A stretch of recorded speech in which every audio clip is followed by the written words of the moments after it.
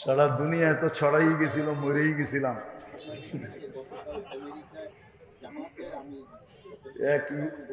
এক মিডিয়ালা আইসা বলতেছে, হুজুর আমার ভিউজ হয়েছে একদিনে 25 মিলিয়ন, শুধু আপনার মরণের খবর। এবার বোঝেন ওর পোয়া বড় কিরকম হয়েছে।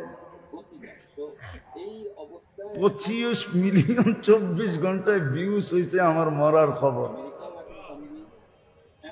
দোয়া করেন আল্লাহ হায়াত দেখ। তো ইমাম বুখারী রহমতুল্লাহ আলাইহি হাদিস আনার উদ্দেশ্য প্রথম আমাদেরকে এটা বোঝানোর জন্য যে দুটা জিনিস লাগবে, একটা তাওহীদ আর একটা আমল। এই দুটা দিয়ে দুনিয়াতে কি দিয়ে মূল্যায়িত হইলা এটা বিষয় না।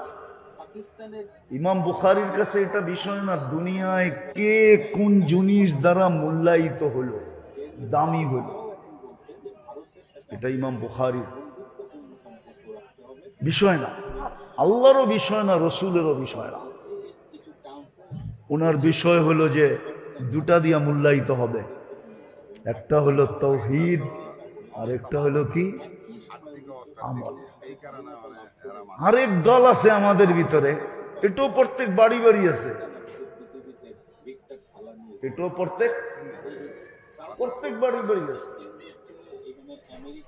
এই জন্য আমাদের সমাজে একটা কথা প্রচলিত আছে, আরে হুজুররা কয়, হুজুররা বলেই, হুজুরগো কামই বলা, ঠিক না? ওরা এটা মানতে চায় না যে আমল মাপবে। ওরা বলবে এটা আমার মাপবে কি করে। ইমাম বুখারী রহমতুল্লাহ আলাইহি দ্বিতীয় দলকে বুঝাইতে চাইতেছেন, ওয়ানাজাউ মাওয়াদিনাল কিসত। তোমাদের কাছে যদি মাপার জন্য এত যন্ত্র হতে পারে, তোমরা বাতাসের গতি মাপতে পারো, তোমরা যদি বলের গতি মাপতে পারো, তোমরা যদি বলারের গতি মাপতে পারো, স্পিড মাপতে পারো, তোমরা যদি তাপ মাপতে পারো, তোমরা যদি শীতের তাপ মাপতে পারো, তোমরা যদি এত কিছু পারো, কিন্তু তোমাদেরকে ব্রেনটা যে আল্লাহ দিছে ওই আল্লাহ কত কিছু পারে। ইমাম বুখারী রহমতুল্লাহ আলাইহি দ্বিতীয় দলকে বুঝাইতে চাইতেছে যে আল্লাহ কালকে মাইপা দেখায় দিবে। মাইপা কি করবে?